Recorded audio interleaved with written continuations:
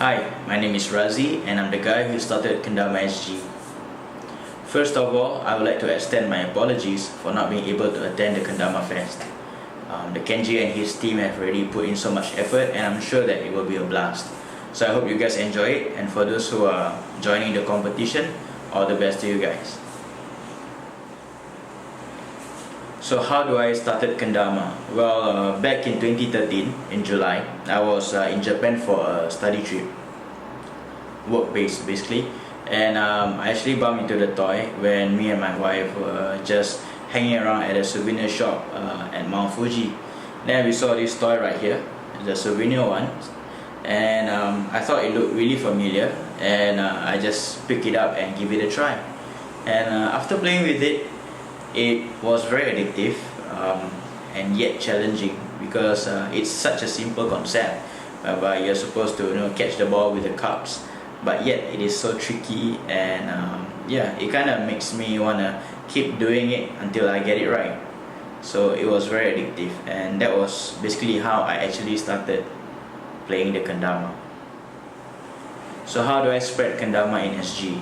Well, after the Japan trip, I came back to Singapore and did a little bit more research on the Kendama toy and realized that it is really huge in the States, and the Kendamas that are used are not like the ones that I bought as a souvenir, but it looks more like this, the standard size. And then I realized how there is a Japanese Kendama Association whereby they regulate the size of the Kendama, and also they come up with like a more structured way of playing the Kendama based on the grading.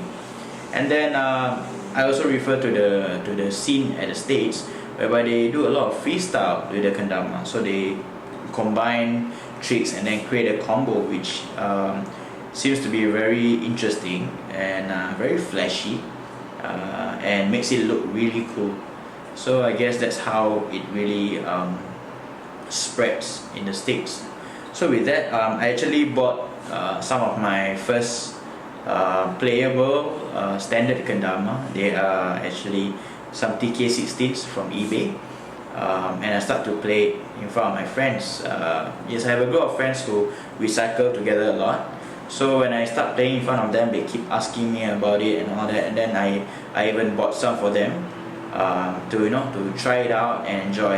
And then slowly, one by one, they get a little bit hooked on the game, and we actually organized a competition in 2014 in May, and that's when we start to see the group of players.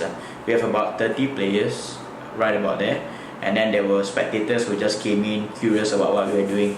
And then I guess that was where Kendama actually kind of spread, and it got into the public eye, and people start asking and start to buy. And then of course, Spinworks being one of the stores in Singapore that sells a Kendama, I kind of like work with Hans and kind of encourage him to bring in more, because I'm pretty sure that things are going to pick up pretty well. And yeah, true enough, once the Kendama reaches the school population, the kids start to come over and buy so many Kendamas, and you can see that it is almost everywhere. Like you can find Kendamas in 7-Eleven, a provision store, or you can find Kendama in basically any kind of shop that you can think of.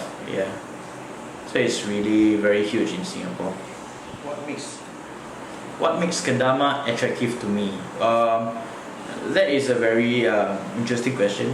For me, the Kendama it is really unique in a sense that it is supposed to be a very simple toy, a very simple shape, simple concept, catching the ball with the cups.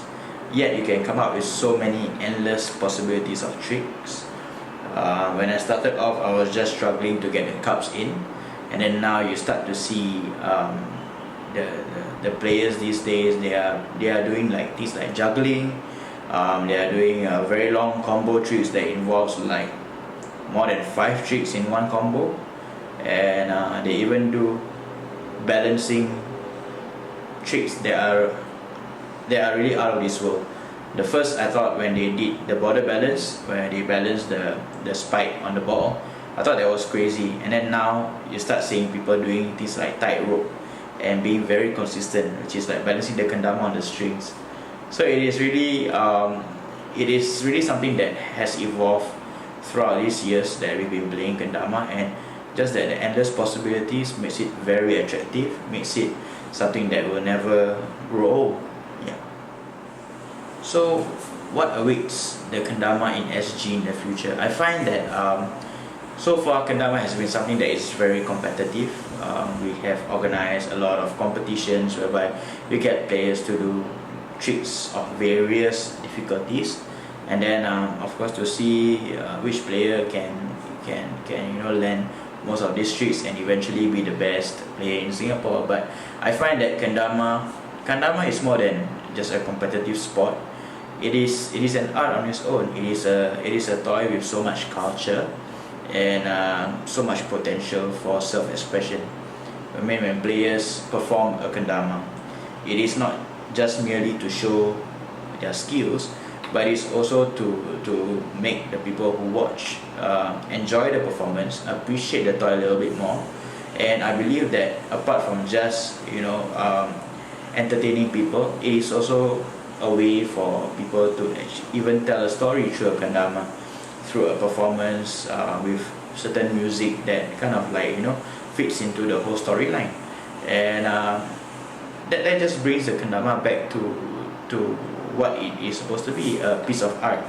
Even making the kendama is a piece of art, whereby it takes a lot of skill for you to hand turn a kendama because of all the difficult shapes, the specific sizes that you need to adhere to come out with a standard kendama. So to me, the future of kendama is more than just competitive, but it's more of an art, a performance art in fact.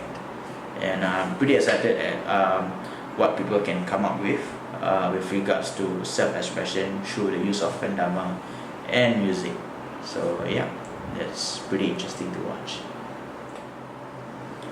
Well, that's all from me. I hope through this short video I have given you an insight to how kendama was before it got really popular, and then yeah, hopefully it will continue to grow. And for those people who are really passionate about kendama, let us just come together and keep this toy alive, because we know that it's not something that can just die. It is something that has survived years of play, years of tradition. It's something that is probably over 200 years old. So yeah, let's not let it die with the trend, and keep it going, keep it growing. And yeah, that's all from me. Thank you.